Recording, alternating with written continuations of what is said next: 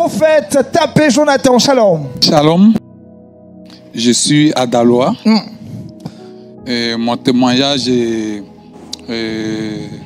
Dieu a commencé à faire les grandes choses pour moi depuis 2003. D'accord. Voilà. J'étais dans une coopérative.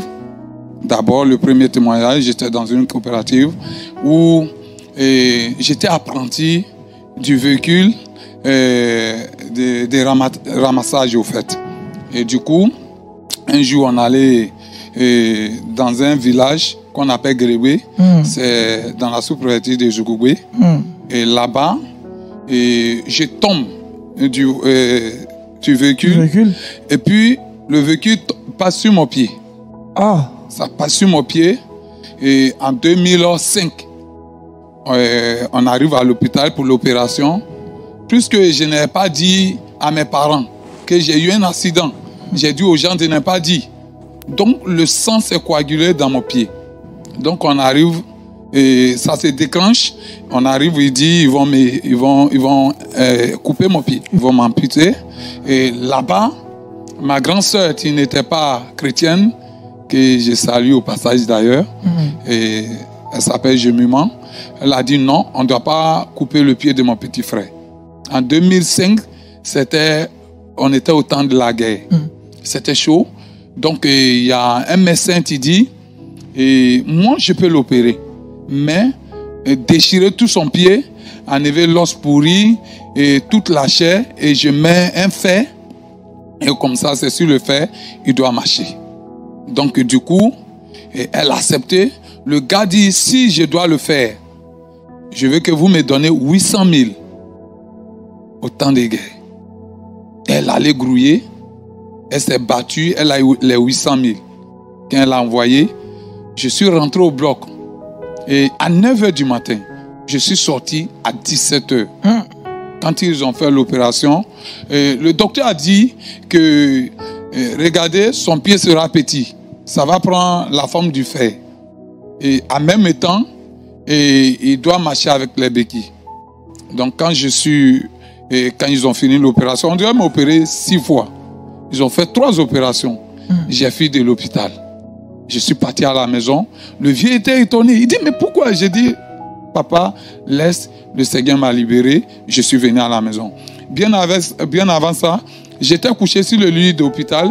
J'ai vu 2 anges. 2 anges qui sont descendus du ciel. Et il y a une voix qui me dit, voici ceux qui vont te guérir. Voici ceux qui vont te guérir. Donc quand je suis allé à la maison, j'étais là et j'ai bandé mon pied pour aller évangéliser. Oui, je faisais le tour.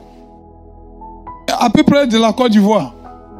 J'ai à Grand Bréby, dans toutes les régions, j'ai parti organiser des programmes d'évangélisation. J'avais une équipe qu'on appelait Ouvriers de l'Éternel. Je bandais mon pied pour aller évangéliser. Personne ne savait que... Mais mon pied coulait. Ça coulait. De 2005 en 2012, mon pied coulait toujours.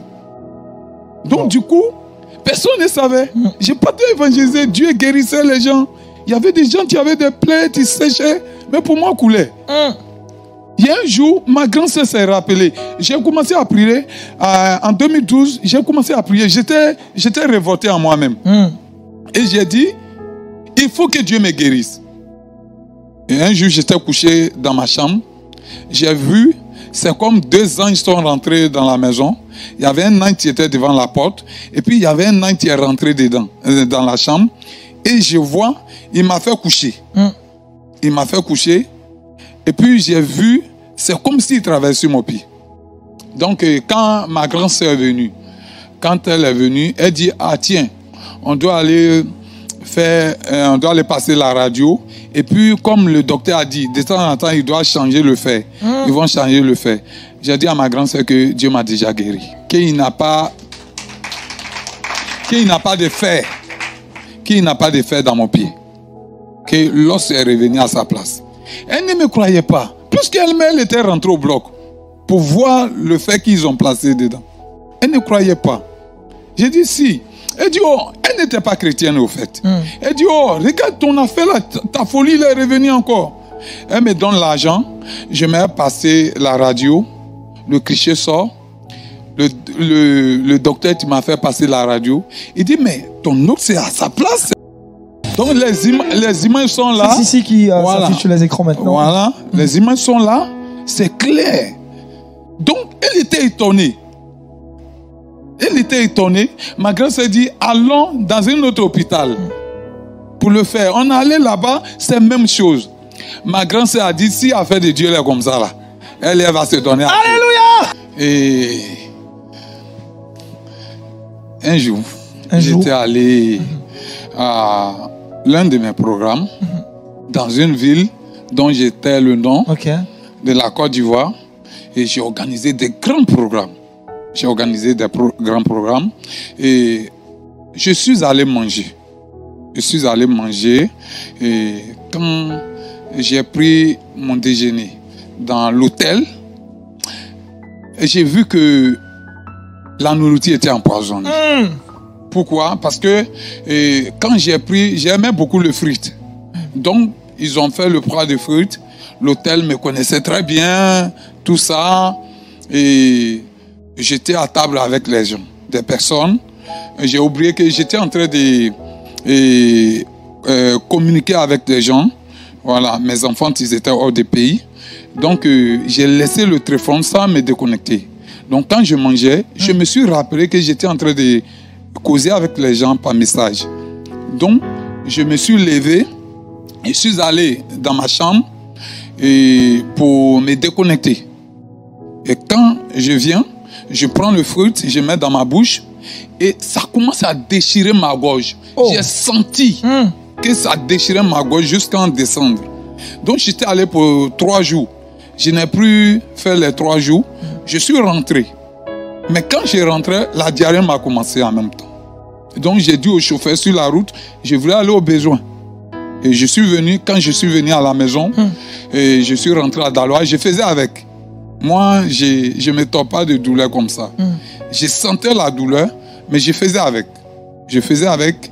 Et un jour, je suis allé prier pour un frère qui était malade. À mon retour, et pasteur, c'était très compliqué. Même pour marcher, je ne pouvais pas. Je ne pouvais pas. J'ai arrêté un taxi. Le taxi m'a pris, m'a déposé devant ma porte. Et je suis venu, je suis tombé en même temps. Quand je suis rentré dans la maison, je suis tombé. Il y avait ma petite soeur, elle est là entièrement. Elle était avec moi. Je me tordais de douleur. Quand la douleur commence, c'est tellement atroce. Oh, c'est dans la même période. Dans la même période. Oui, oui. On pourra dire la même semaine. Oui, dans la même période. Dans le même mois. Dans le même mois. Okay. Ouais. Donc, ça n'allait pas appeler tout le monde. Mais pasteur, quand ça commence, je me tends comme ça. Même 3 personnes ne pouvaient pas m'attraper.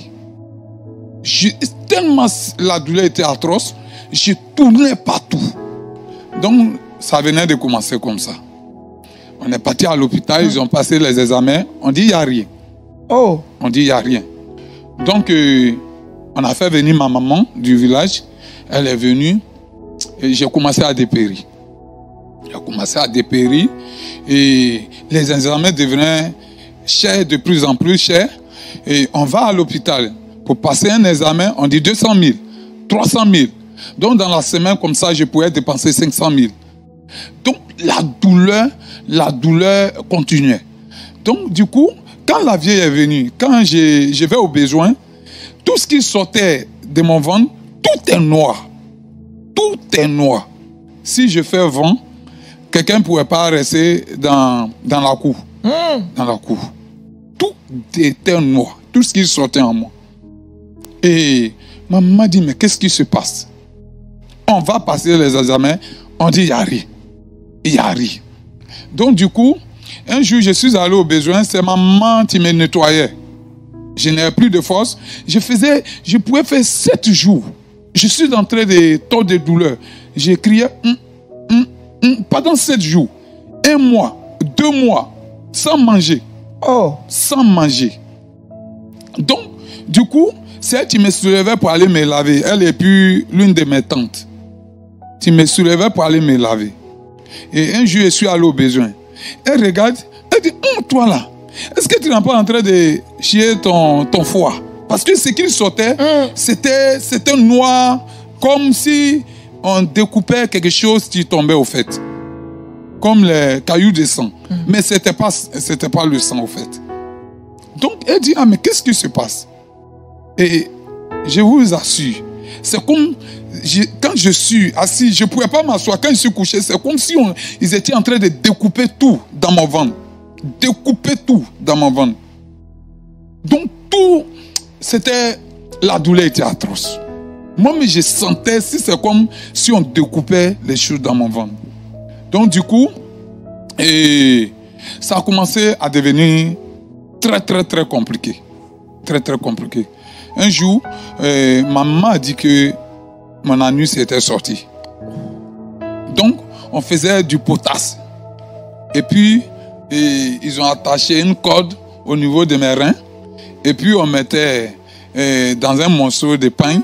Et puis, on me portait à partir de 22 heures. Je pouvais crier de 22 heures jusqu'à 4 heures du matin. Atroce, atroce, atroce, atroce. 4 heures du matin. Tout ça, là, on cherchait une solution. Donc, arrivé à un certain moment, ma maman ne pouvait plus supporter. J'étais devenu maigre. Les photos même, voilà. Ça affiche maintenant. Voilà. Donc, elle ne pouvait plus supporter. Ils ont fait partie, mes soeurs ont fait partie, ma maman au village. Oh. Et puis, je suis resté avec ma tante. Mais je vous assure, c'était très, très compliqué. Et je vais maintenant dans les hôpitaux pour trouver une solution. Et faire les diagnostics, on dit il n'y a rien, il n'y a rien, il n'y a rien.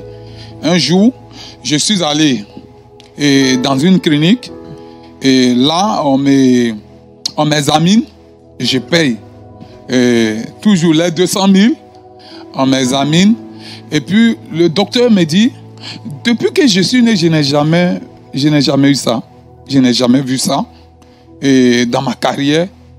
Et qu'est-ce qui se passe? J'ai dit, je ne sais pas. Il dit, tu fumes? J'ai dit non. Il dit, tu bois l'alcool? J'ai dit, depuis que je suis né, je n'ai jamais goûté l'alcool. Il me dit, mais le côté où il y a ton foie là, le côté est vide. Oh!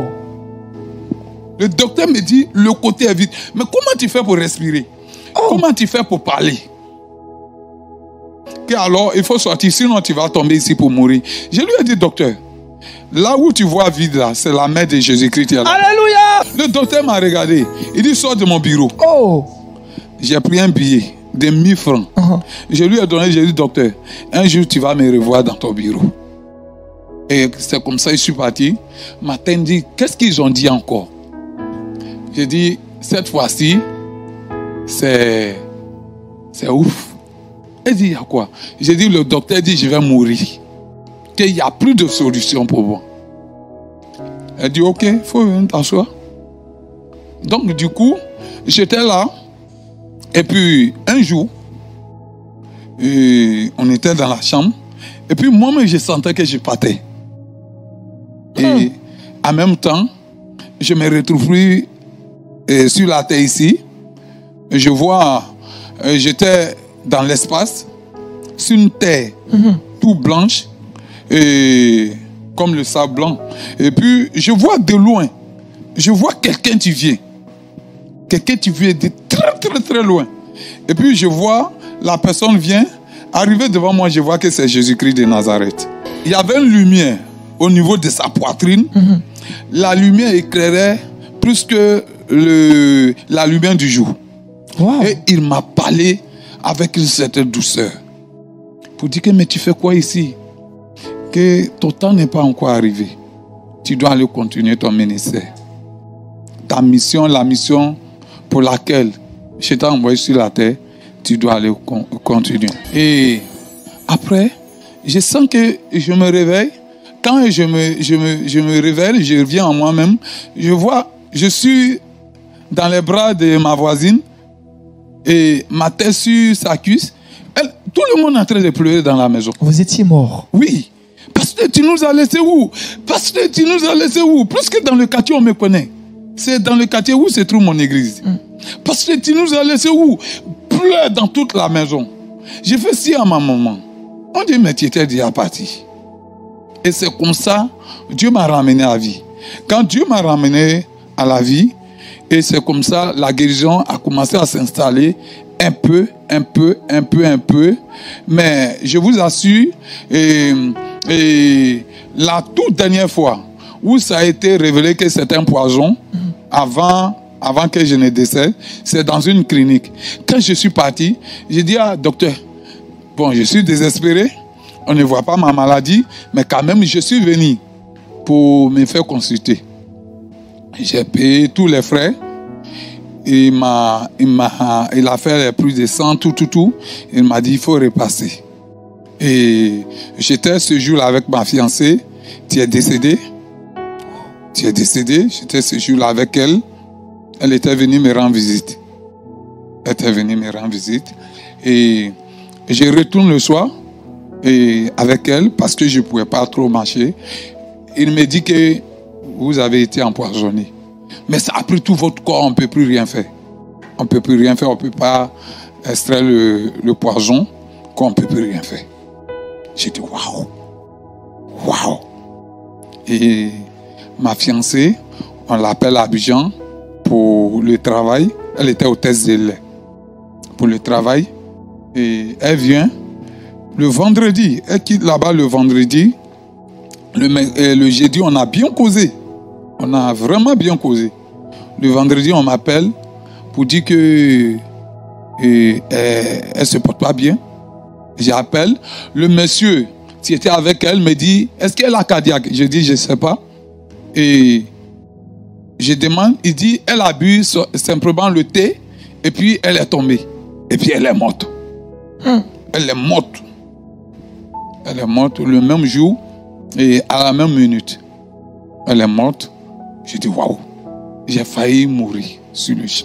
Oh, parce que on était à 4 mois de mariage. 4 mois du mariage. 4 mois du mariage. J'ai failli mourir. Ma maman m'a appris. Elle dit, calme-toi. Dieu a un plan pour tout le monde. Elle a pris le verset de Job. Et puis, elle m'a dit, non, tu sais, Dieu a fait des grandes choses pour Job. Il le fera aussi pour toi. Et comme ça, quand Dieu m'a ramené à la vie, et tout d'un coup, la guérison a commencé à s'installer seule. Et plus que les docteurs ont dit qu'ils ne pouvaient rien. Ils ne pouvaient rien.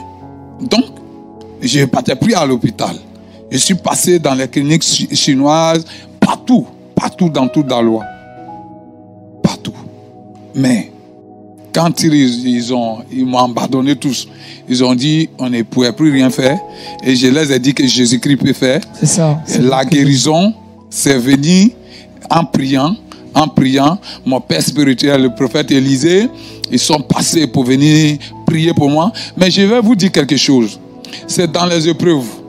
Tu vois ceux qui t'aiment et ceux qui ne t'aiment pas. J'étais là.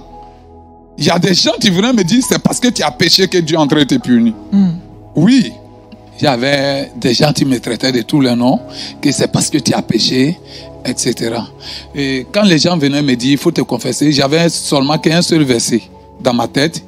C'était le livre d'Exode, le chapitre 3.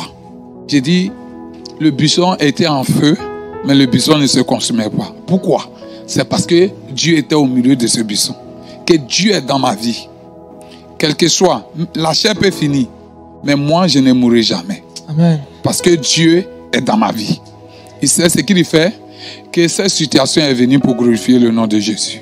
C'est ce que je disais chaque fois. Et c'était là. Et après que les gens m'ont traité de tous les noms, aujourd'hui, on me voit en pleine forme.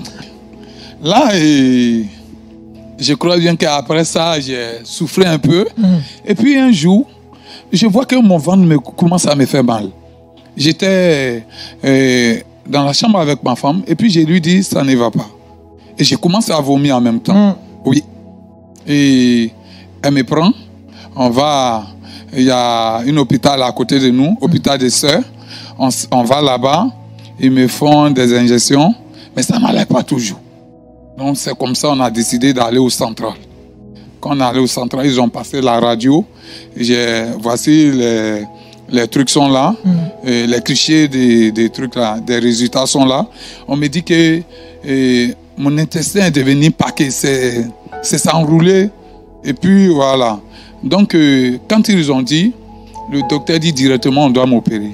Quand ils sont partis, ils ont déchiré mon côté ici. Quand il a déchiré mon côté droit, il dit, le docteur me disait que il a trouvé que du côté à persil, la persil s'est cassée dans mon ventre.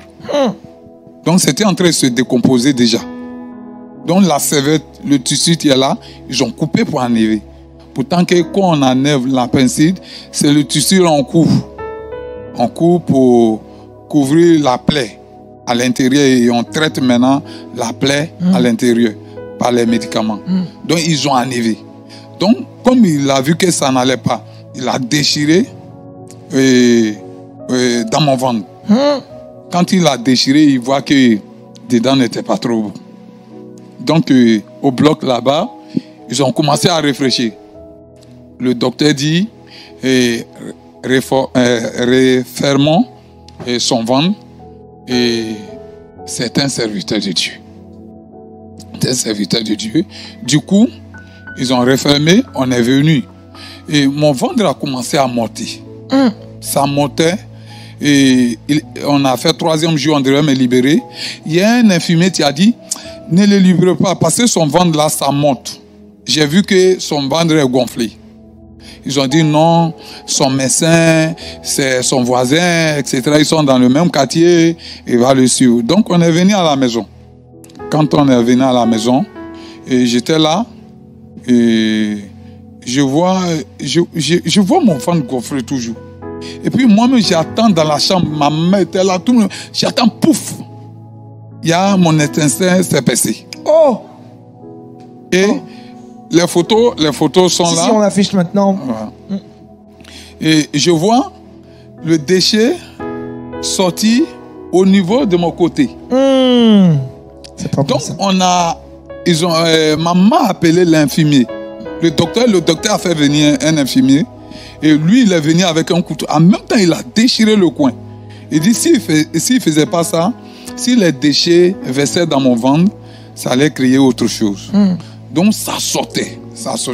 Le docteur est venu, il m'a prescrit les charbons et autres. On a acheté, il a dit, pasteur, Dieu peut faire. C'est ce que le docteur m'a dit. Il dit, tu es un pasteur, tu as un bon cœur, que Dieu va le faire. Et quand il m'a dit ça, il est parti. Mais moi, je croyais toujours en Dieu. Ma maman avait peur, mais je croyais toujours en Dieu. Et je vois 3 jours, 4 jours après, le coin s'est cicatrisé avec la peau. Alléluia! La chose la plus intéressante, c'est le jour où le premier après l'opération, j'ai fait près de 3 mois sans aller à l'église. Le jour où je devrais partir à l'église, mon docteur, celui qui m'a opéré, le médecin, il est venu chez moi à l'église et il a témoigné que Jésus-Christ était Seigneur. Mon médecin, il vient chez moi à l'église de temps en temps. Tous ses enfants viennent chez moi à l'église. Alléluia. Lui et son épouse, ils viennent chez moi à l'église. Et aujourd'hui, ça a été un témoignage vivant pour moi. Et Dieu me fait la grâce. Je suis en train de bâtir un grand temple à Daloa qui fait à peu près 1000 places. Wow. Et nous sommes là, et par la grâce de Dieu, Dieu fait des grandes choses. Vous êtes un témoignage vivant que Dieu fait encore des miracles. Il fait des miracles. Parce que j'étais allé à l'église un jour. Moi, je n'ai jamais oublié mon portefeuille à la maison. Ce jour, j'avais oublié mon portefeuille. Et puis, j'ai pris l'un de mes fils. J'ai dit, bon, accompagne-moi à la maison. Parce que je voulais faire un don aux veuves. Acheter des sacs de riz pour faire don aux veuves. Aux veuves de l'église. Donc, il m'accompagne. Je croise une femme. Tu dis, mon affaire est mort. Mon affaire est mort. Mon affaire est mort. Donc, elle partait. Donc, moi, j'ai garé et puis je suis allé derrière elle. J'ai dit, madame, donne-moi l'enfant. L'enfant ne respirait plus. J'ai pris l'enfant, j'ai commencé à prier. Il y a un monsieur qui est arrêté devant, au loin là-bas, il me dit, mais voici, il faut aller à l'hôpital et l'enfant là, il a commencé à m'engueuler au fait. J'ai pris l'enfant. La femme, elle est allée à l'hôpital, elle est rentrée. J'ai pris l'enfant. Je vais avec l'enfant. L'enfant est revenu en lui-même dans ma main. Je donne à sa maman. Je lui demande, tu es chrétienne? Elle dit oui, je suis chrétienne, Église Évry-Mousson. J'ai dit, Dieu fait tout, il peut tout faire et il continue de tout faire. Amen.